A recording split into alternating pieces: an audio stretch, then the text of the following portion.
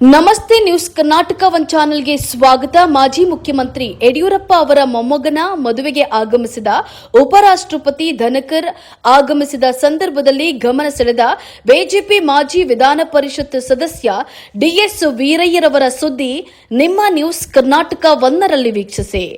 ರಾಜ್ಯ ರಾಜಕಾರಣದಲ್ಲಿ ಬೆಸಬಿಸಿ ಚರ್ಚೆಗಳು ನಡೀತಾ ಇವೆ. ಇದೀಗ ಬಿಜೆಪಿ ಪಾಳ್ಯದಲ್ಲೂ ರಾಜಕೀಯ ಚಟುವಟಿಕೆ ಗರಿಗೆದರಿದೆ. ಉಪರಾಷ್ಟ್ರಪತಿ ಧನಕರ್ ಅವರ ಆಗಮನದ ವೇಳೆ ಬಿಜೆಪಿ ಮಾಜಿ ವಿಧಾನ ಪರಿಷತ್ ಸದಸ್ಯ ಡಿಎಸ್ ವೀರಯ್ಯ ಗಮನ ಸೆಳೆದ್ರು. ಒಂದು ಕಾಲದಲ್ಲಿ ಬಿಎಸ್ ಆಪ್ತರಾಗಿದ್ದ ಡಿಎಸ್ ವೀರಯ್ಯ ಬದಲಾದ ರಾಜಕೀಯ ಬೆಳವಣಿಗೆಯಲ್ಲಿ ಮೂಲೆ ಗುಂಪಾಗಿದ್ರು. ಅವರದಲ್ಲದ ತಪ್ಪಿಂದ ಅವರನ್ನ Devaraju Arasu truck and terminal ಹಗರಣದಲ್ಲಿ ಸಿಲುಕಿಸಿ ಬಂಧಿಸಲಾಗಿತ್ತು.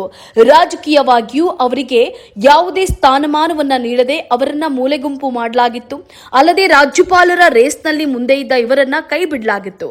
ಇದೀಗ ಡಿಎಸ್ ವೀರಯ್ಯ ಅವರ ಮೇಲಿನ ಆರೋಪ ಸುಳ್ಳು ಎಂದು ಹೈಕೋರ್ಟ್ ತೀರ್ಪನ್ನ ನೀಡಿ ಅವರ ಮೇಲಿದ್ದ ಪ್ರಕರಣ ವಜಾಗೊಳಿಸಿದೆ.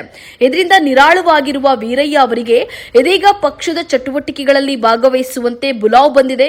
ಇದರ ಭಾಗವಾಗಿ ಉಪರಾಷ್ಟ್ರಪತಿ ಸ್ವತಃ ವೀರಯ್ಯ ಅವರ ಕೈ ಹಿಡಿದು ಬಿಎಸ್ವೈ ಅವರ ಮುಂದೆ ವೀರಯ್ಯ ಅವರಿಗೆ ಪಕ್ಷದಲ್ಲಿ ಸಿಗಬಹುದಾದ ಸ್ಥಾನಮಾನದ ಬಗ್ಗೆ ಚರ್ಚೆ ಮಾಡಿದ್ದಾರೆ ಎನ್ನಲಾಗಿದೆ.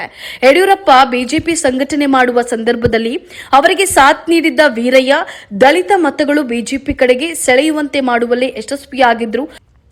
ಆದರೆ ಕೋಲಾರದಲ್ಲಿ ಕೆಎಚ್ ಮುನಿಯಪ್ಪ ಅವರಂತಹ ನಾಯಕರ ಮುಂದೆ ಕಡಿಮೆ ಅಂತರದಲ್ಲಿ ಸೋತರು. ಮುಂದಿನ ಚುನಾವಣೆಯಲ್ಲಿ ಗೆಲ್ಲುವ ಹಂತದಲ್ಲಿ ಅವರಿಗೆ ಟಿಕೆಟ್ ನೀಡಲಿಲ್ಲ. ಆನಂತರ ಕೇಂದ್ರ ಸ್ಥಾನಮಾನದ ಭರವಸೆಯನ್ನು ನೀಡಲಾಗಿತ್ತು. ವಿಧಾನ ಪರಿಷತ್ ಸ್ಥಾನ ನೀಡುವ ಕುರಿತು ಚರ್ಚೆ ಸಹ ನಡೆದಿತ್ತು. ಆದರೆ ರಾಜಕೀಯ ದ್ವೇಷಕ್ಕೆ ಸರ್ಕಾರ ಅವರನ್ನ ಬಂಧಿಸಿತ್ತು. ಹೀಗಾಗಿ ಡಿಎಸ್ ವೀರಯ್ಯ ಮತ್ತೊಮ್ಮೆ ಬಿಎಸ್ಪಿ ಪಾಳ್ಯದಲ್ಲಿ ಕಾಣಿಸಿಕೊಳ್ಳಲಿದ್ದಾರೆ.